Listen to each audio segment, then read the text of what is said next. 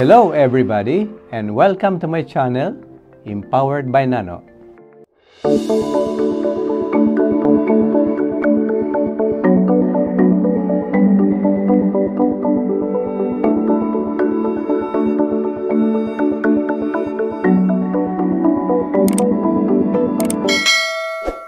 Hi mga kabayan! Kumusta kayo? Sa vlog natin ngayon, pag-uusapan natin ang isang napakahalagang issue na madalas ay hindi nabibigyan pansin. Ito ay ang karapatan ng ating mga kapatid na persons with disabilities o PWDs sa pampublikong transportasyon.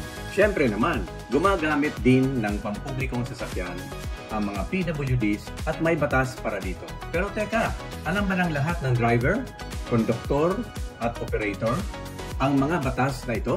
Mukhang hindi pa. Kaya may panawagan ang DSWD na dapat nating malaman. Ayon sa DSWD, panahon na raw para isama sa refresher course ng mga driver, conductor at TUB operator ang Republic Act 7277 o ang Magna Carta for Persons with Disabilities. Hindi ito bagong batas, pero mukhang marami pa rin ang hindi nakakaalam o hindi sumusunod.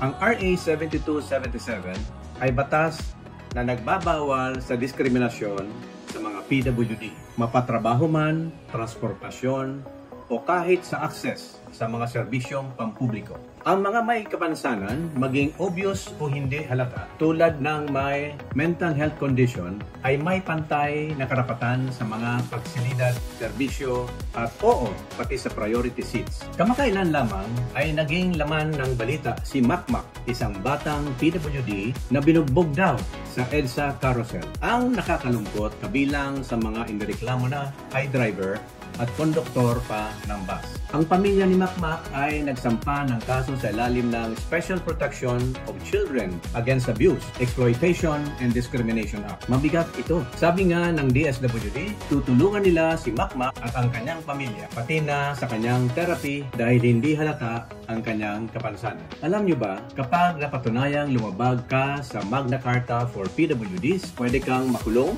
ng 6 na buwan hanggang 2 taon at multang 50,000 pesos hanggang 200,000 pesos. Hindi biro ang mga batas na ito, kaibigan. Naalaala nyo rin ba yung viral na PWD na may congenital cataract? Pero binash online dahil nakaupo siya sa priority seat. Hindi nila napansin na siya pala ay isang PWD. Hindi mo man kita ang kanyang kapansanan, totoo pa rin yun. At ayon sa batas, may karapatan siya sa priority seats sa mga sasakyan. Kaya mga kaibigan, simple lang ang paalaala natin. Kung ikaw ay driver, konduktor, operator, o kahit ordinaryong pasahero, maging mulat tayo sa batas at sa damdamin ng iba. Ang simpleng panggalang sa PWDs ay malaking tulong para sa kanila at para na rin sa mas maayos at makataong lipunan. Dito sa channel na ito, hindi lang basta chika, advocacy rin ang dala. I-share ang video na ito para mas maraming kababayan natin ang mabuksan ang isipan. Katandaan, ang kabutihan ay hindi kailanman naluluma. Support PWDs, respect their rights. This is Empowered by Nano Vlog, and see you in the next episode. Salamat sa inyong panonood.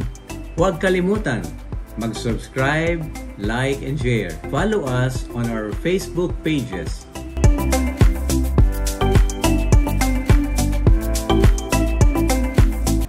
Ito po si Nano, ang nagsasabing, stay strong and be empowered. Bye!